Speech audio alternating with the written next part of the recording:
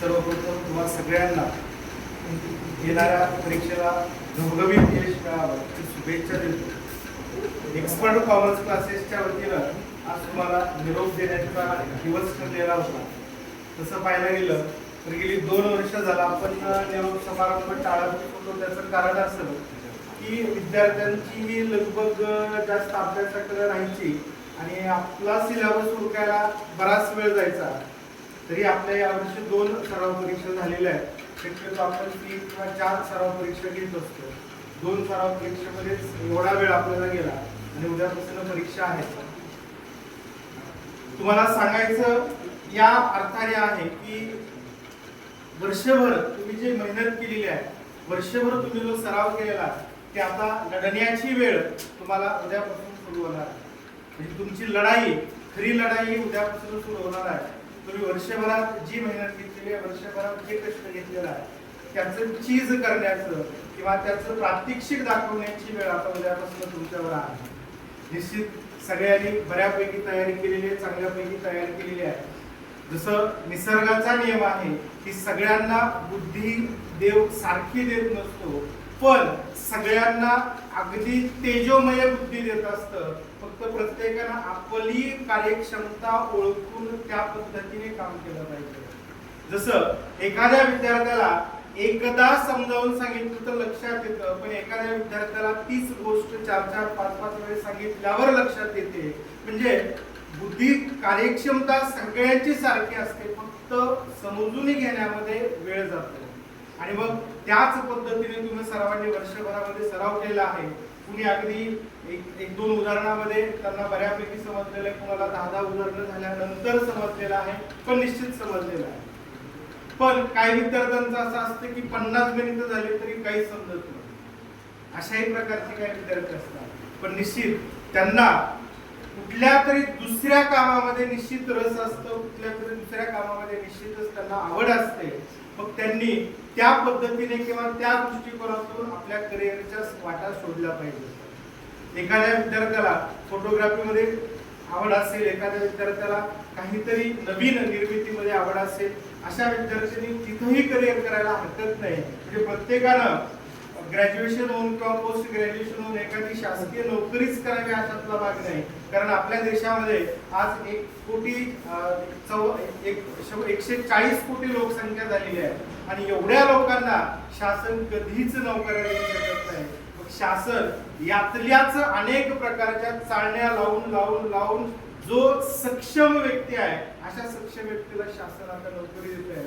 मग इतर लोकांनी काय करायचं, तर अशा इतर लोकांसाठी ही जी आपली शाखा आहे, वाणिज्य शाखा, ही निश्चित फायदेमंद ठरणार आहे। कारण आज भारत देशाचं भविष्य तुम्हाला सांगतो की भारताची पूर्ण अर्थव्यवस्था ही आपल्या वाणिज्य क्षेत्रावर निगडीत आहे आणि वाणिज्य क्षेत्रातून शिक्षण घेतलेला कुठलाच विद्यार्थी हा निवांत बसणार नाही किंवा याला कुठे नोकरी मिळाली नाही असं कधीच होऊ शकणार नाही। कारण अगदी तुमच्या गल्लीत असणारा एखादा छोटासा किराणा दुकानदार असेल त्याला सुद्धा जीएसटीचं काम करावं लागणार आहे आणि ते जीएसटीचं काम ज्यांनी वाणिज्य शाखेचे विशिष्ट पदवी धारण केलेले आहे अशा व्यक्तीला त्याचं प्रमाणपत्र किंवा त्याचं ऑथरायझेशन मिळणार आहे। त्यामुळं भविष्यात तुम्हाला यातल्या खूप साऱ्या संधी आहेत, फक्त तुम्हाला त्यातलं आलं पाहिजे। आज जग असं आहे की तुमचे मार्कशीटवरचे मार्क बघत नाही, तुम्हाला किती ज्ञान आहे हे आज मार्केटमध्ये पाहिलं जातं। तुम्ही 12वी झाला, तुम्ही ग्रॅज्युएट झाला, पण नावे जमाचे नियमच तुम्हाला माहित नसेल तर त्या नोकरीला तुम्ही दुकान किंवा ती नोकरी तुम्हाला मिळणार नाही। आज आपली शाखा ही प्रोफेशनल शाखा आहे, व्यावसायिक क्षेत्र आपण याला म्हणतो। कला शाखा ही कला शाखेमध्ये मग त्याच्यामध्ये समाजशास्त्र असेल, राज्यशास्त्र असेल, अर्थशास्त्र असेल, भूगोल असेल, अशा विषयामध्ये पारंगत होण्यासाठी कला शाखा आहे। पण आपले वाणिज्य क्षेत्र हे व्यावसायिक क्षेत्र आहे आणि व्यावसायिक क्षेत्रामध्ये तुमच्या मेंदूमध्ये जेवढ्या तुम्हाला व्यावसायिक कृत्या सांगता येतील तेवढ्या तुम्हाला चांगल्या संधी बाजारामध्ये मिळणार आहे। बाकी तुम्ही सरकारी नोकरीसाठी तर प्रयत्न करूच शकता, पण त्याच सोबत व्यावसायिक क्षेत्रात सुद्धा तुम्हाला चांगल्या संधी तुम्ही स्वतः निर्माण करू शकता। आणि म्हणून तुम्हाला या पुढच्या येणाऱ्या 3 वर्षामध्ये, ह्या 2 वर्षामध्ये अगदी तुम्ही बेसिक शिकला त्या वाणिज्य शाखेचं, पुढच्या येणाऱ्या 3 वर्षामध्ये जी ग्रॅज्युएशनची शाखा आहे ज्यामध्ये तुम्हाला बीकॉम करता येईल, BCA करता येईल किंवा याच बरोबर तुम्हाला DTL करता येईल, अशा अनेक व्यावसायिक शाखा तुम्हाला 12वी नंतर आहेत.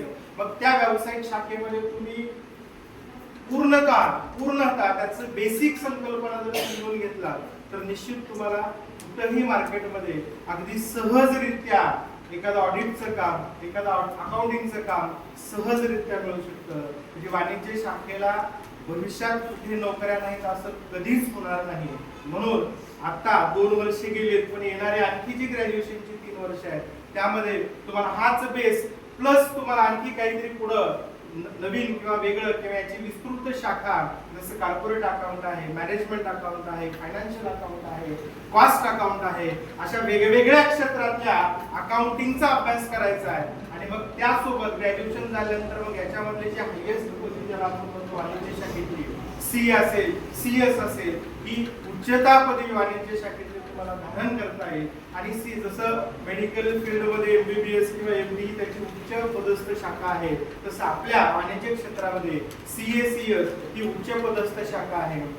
CS कंपनीचा सेक्रेटरी, मग अगदी मोठमोठ्या इंडस्ट्रीज ज्या भारतामध्ये किंवा देशाच्या बाहेर आहेत अशा वेगवेगळ्या कंपन्यांमध्ये आपण CS कंपनी सेक्रेटरी म्हणून काम करू शकतो. आणि CA ही सुद्धा अगदी वकील डॉक्टर सारखी शाखा आहे. आपण आपला वैयक्तिक व्यवसायही करू शकतो किंवा एखाद्या कंपनीमध्ये आपण as a CA chartered accountant म्हणूनही काम करू शकतो. पण याच सोबत आज आपल्या कळंब शहरात जर तुम्ही पाहिला तर किमान 8-10 DTL झालेले प्रोफेशनल व्यक्ती आहेत, टॅक्स प्रॅक्टिशनर आपण ज्यांना म्हणतो, की ज्यांच्याकडं शेकडो क्लायंट्स आहेत. अगदी तुम्हाला मला सांगितलं की लहान व्यावसायिकांना सुद्धा रिटर्न भरावा लागतो आणि हे रिटर्नचं काम अगदी तुम्हाला CA कडे जायची गरज नाही. तुम्ही DTL नावाचा 1 वर्षाचा कोर्स जरी केला आणि 1 वर्षाची तुम्ही इंटर्नशिप केली तर निश्चित तुम्हाला त्याचा परवाना मिळतो आणि त्या परवान्याच्या माध्यमातून तुम्ही तुमची प्रॅक्टिस चालू करू शकता. पण यासाठी एकच लागणार आहे महत्त्वाचं, की तुम्हाला आलं पाहिजे, तुम्हाला ते मांडता आलं पाहिजे, तुम्हाला ते सांगता आलं पाहिजे. आपण पाहतो की जसे MBBS वाले किंवा वकील लोक आहेत किंवा इंजिनियर लोक आहेत, आज आपल्या कळंबमध्ये MBBS चे अनेक डॉक्टर्स आहेत, पण अगदी आपल्या कळंबमध्ये BHMS झालेले किंवा BMS झालेल्या डॉक्टरांची 150-200 OPD असते, पण MBBS झालेल्या डॉक्टरांची अगदी 50 सुद्धा OPD नसते. त्याचं कारण काय आहे की ज्यांच्याकडे जास्त OPD आहे त्यांचा आउटपुट किंवा त्यांचा रिझल्ट किंवा त्यांना पेशंटला येणारा गुण हा चांगल्या प्रतीचा रेशो आहे, म्हणून त्या डॉक्टरांकडे जास्त गर्दी असते. मग अशीच आपली शाखा आहे. आपल्याला जेवढं ज्ञान आहे वाणिज्य क्षेत्रातलं त्या ज्ञानाचा आपण जेवढा क्लायंटसाठी उपयोग करू तेवढ्या चांगल्या पद्धतीने आपले क्लायंट्स वाढणार आहेत. मग अशा वेगवेगळ्या संधीच्या माध्यमातून तुम्हाला इथून पुढे जायचं आहे. 12वीचा रिझल्ट निश्चित तुम्ही सगळे पास होणार आहात. कुणाला कमी मार्क मिळतील, कुणाला जास्त मार्क मिळतील. जसं मी मला सांगितले की तुमचे मार्क मार्केटमध्ये कुणीही पाहत नाही, तुम्हाला किती येतं हेच मार्केटमध्ये पाहिलं जातं.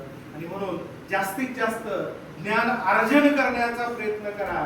तुमच्या मार्कशीटवर मार्क किती येतात डझंट मॅटर, कुठेही तुम्हाला त्याचा वापर होणार नाही किंवा उपयोग होणार नाही.